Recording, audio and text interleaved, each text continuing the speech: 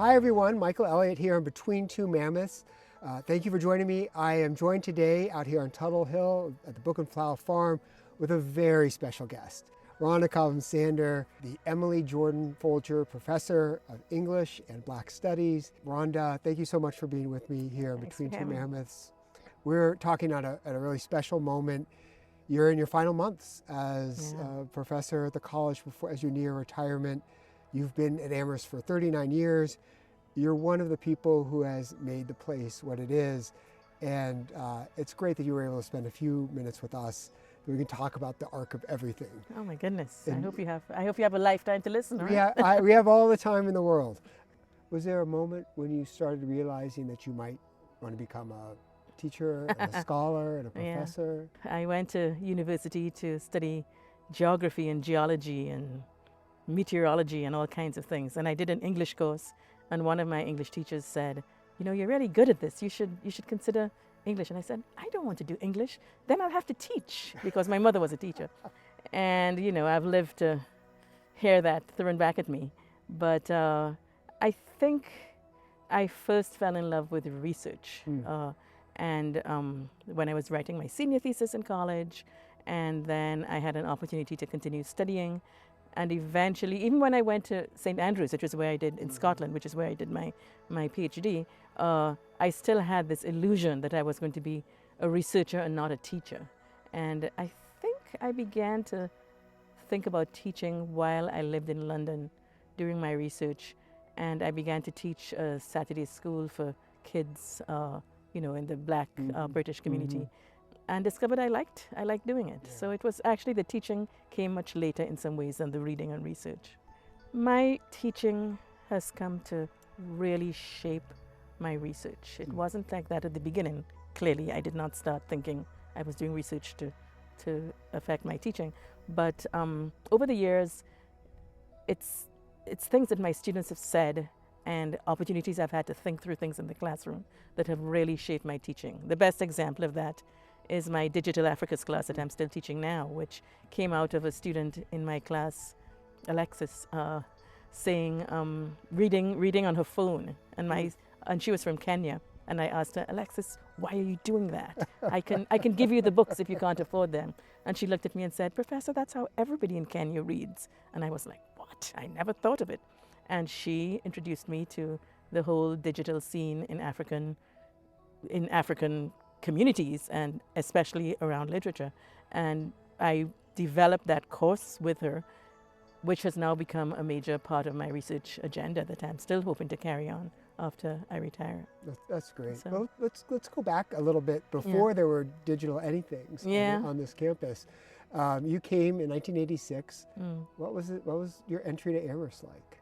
What were your first impressions? My first impression was how friendly it was. I came for my interview and walked into the library with some students who were taking me to lunch and showing me around. And one of the research librarians said, "You are the candidate in English who does African literature. We have this collection here I'd like to show you." And I was just so impressed that it wasn't just that they recognized me as the candidate, but that they knew something about my work. So that was something that impressed me. I was also really impressed that almost every member of the English department at that time had read, not just was aware of, but had read something in Caribbean literature. So it felt like an erudite place in the best sense of the word, a place where people read widely. I mean, they didn't share my views on some of the stuff I was reading, but it felt like a place that what I was doing would have a space, and I wouldn't be asked to do things just because I was the Black professor. So there was that. It felt a lot like my old school in the Caribbean. I went to one of these prestigious colonial type schools that educated leaders and things like that, and the rhetoric of Amherst was very, very familiar.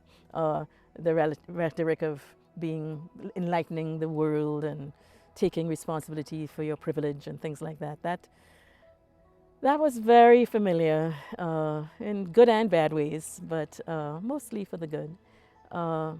But it also felt like a place where there were very few people like me. There were so few students, Black students. There were so few Latino students at the time. I remember the Latino students discovered me because many of them were from Puerto Rico and the Dominican Republic. Many, there were 5 or 6, and so they adopted me. They turned my name into Cobham-Sander as if it was a Spanish word, and then they began to call me Borican, and I didn't even know what that meant, which is a slang word for Puerto Rican. And they just looked after me. The students really looked after me in a special way because of this cultural and partly cultural, partly racial connection. And so those are my first impressions. Not a place that where what I looked like was well represented, but the culture from which I had emerged seemed to be familiar to more people than I expected when I first came. It's so interesting. And of course, you've gone on to have this incredible career here. I'm going to ask you a question I get all the time that I find very challenging, so I get to ask it to you, which is, how do you think about both the changes and the continuity over the 39 years that you've been here?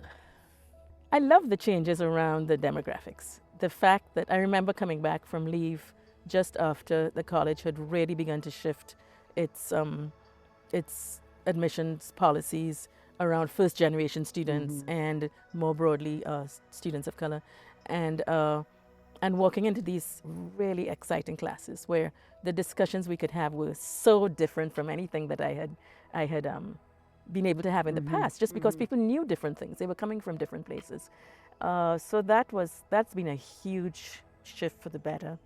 I also think that a big continuity has been the sort of free enterprise spirit. I mean, it's terrible for administrators because Thank you for acknowledging that. Yes, it means everybody's always doing their own thing, but that's what allowed me to teach the most abstruse Caribbean topics that I felt like, and I have always enjoyed that freedom at Amherst. I suppose that makes me a defender of the open curriculum, but I don't think it's the only way to teach, and it certainly wasn't the way I was educated. I did a complete, Anglo-Saxon to 20th century modernism undergraduate degree.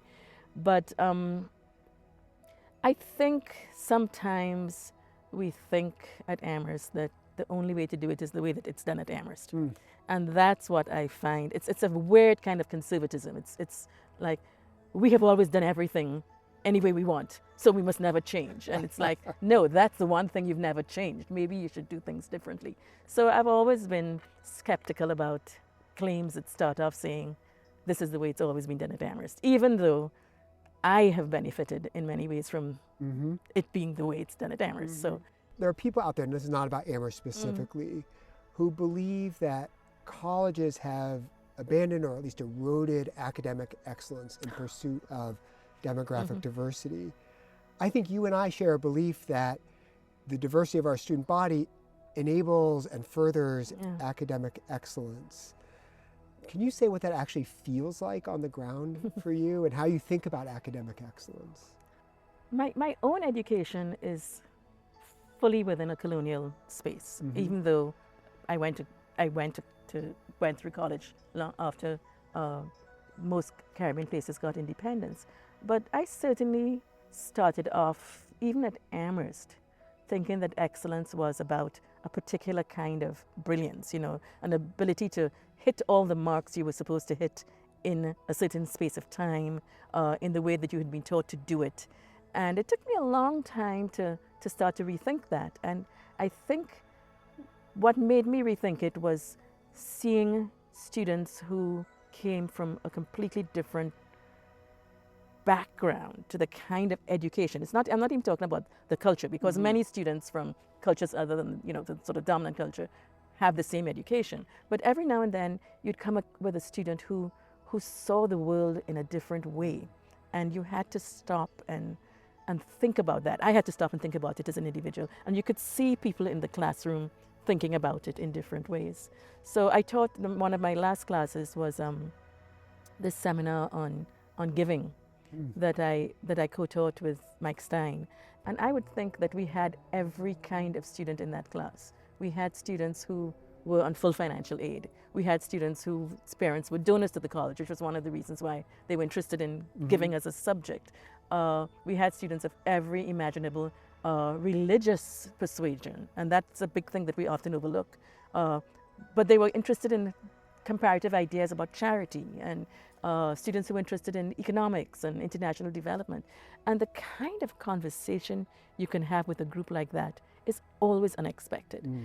You get this give and take, this flow of ideas, and you see what it does to, it raises everybody in the class. Everybody comes out being able to do something they couldn't do. And I remember early on, when there were so few students, I remember one of my students deciding to transfer because she felt so isolated. She was Native American and Chicano, and she said, I just can't speak here.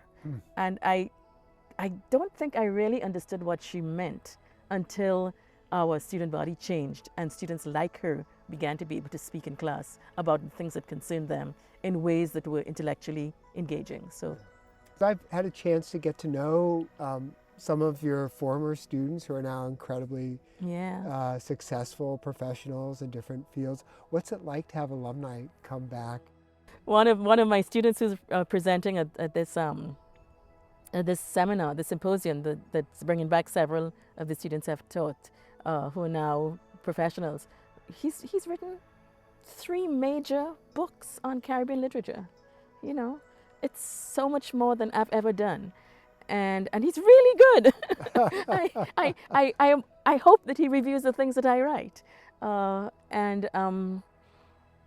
it's just amazing what they produce. I sometimes think that we just get an opportunity to be there, to be able to say, I was there when this started, but it was going to happen whether or not I was here. Maybe it would have happened in a different way, but it's really wonderful to see them just spread their wings and do so much better. For so many students, it would not have happened if you hadn't been here. And so we are bringing some terrific people back to campus, and then there will be the first Rhonda Cobham-Sander Lecture, which will be the annual lecture in the English department, named in your honor.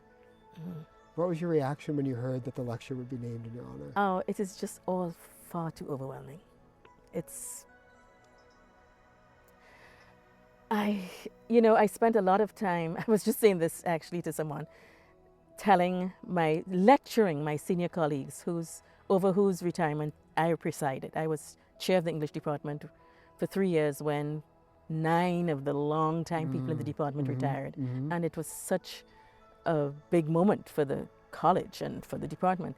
And most of them did not want to do anything at all for their retirement. And I would lecture them and say, this is not about you. This is about the rest of us who want to acknowledge this moment. It's an important ritual, and you must go through it, and you must be gracious while you're doing so. And now I've lived to kind of have to tell myself the same thing. It's completely overwhelming. It doesn't feel deserved. It feels like far too much. And at the same time, I know that these are really important moments for the people who put them together. And I'm really, really grateful for my colleagues and the students who have taken the time and made the effort to acknowledge my work in all of these ways. But it's actually too much. I don't think it is. I think it is deserved. I think you should listen to your own advice and enjoy it all. And I am grateful to you for having shared this place with me and for everything that you've done for Amherst College. Thank you. I'm so grateful. Thank you. And thank you for being here on Between Two Mammoths out on the farm. Thank you. It's my life now, so I hope it's been worthwhile.